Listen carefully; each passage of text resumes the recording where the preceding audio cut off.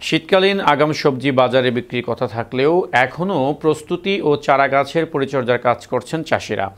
অতিবৃষ্টি ও দীর্ঘমেয়াদী বন্যায় লক্ষ্মীপুরের সবজি চাষে ব্যাপক ক্ষতি হয়েছে।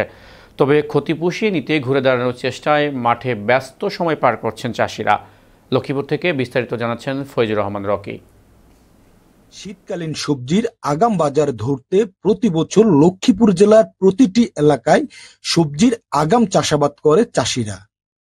আর উৎপাদিত এই সবজি বাজারজাত করে বেশ লাভবান হতো তারা। তবে চলতি মৌসুমে লাভের আশায় শীতকালীন সবজি আগাম চাষ করে নানা প্রতিকূলতায় পড়েছে এই অঞ্চলের চাষিরা। অতিবৃষ্টি ও বন্যায় লক্ষ্মীপুরের সবজি উৎপাদনে ব্যাপক ক্ষতি হয়েছে। জলাবদ্ধতায় নষ্ট হয়েছে ক্ষেতের সবজির গাছ ও চারা।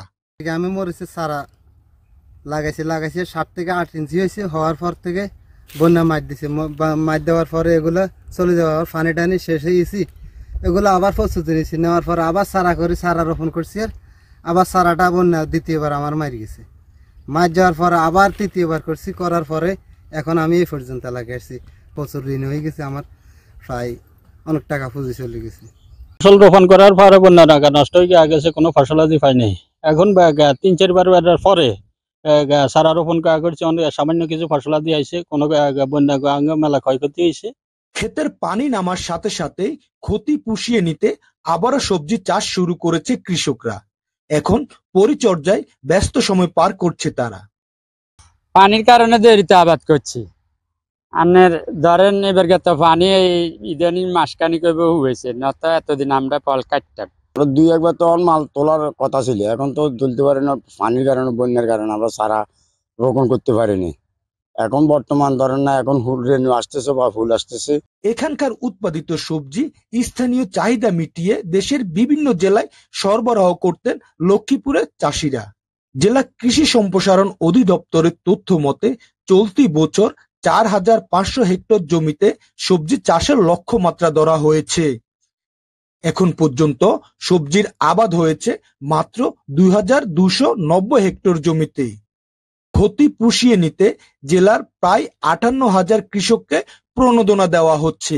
মাঠ পর্যায়ে কাজ করছে কৃষি কর্মকর্তারা।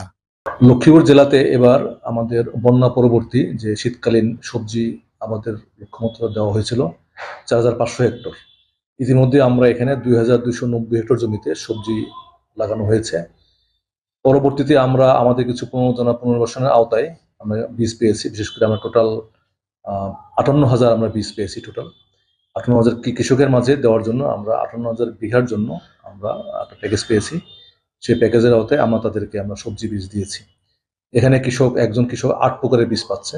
বিশেষ করে টমেটো, বেগুন, পালং শাক, লাল শাক, সিম, লাউ, ডিমা কলমি, বাটি শাক, মিষ্টি কুমড়া, সবটা তারা প্যাকেজ হিসেবে তারা লাগিয়েছে ইতিমধ্যে, এবং এখনো চলমান আছে কাজটি।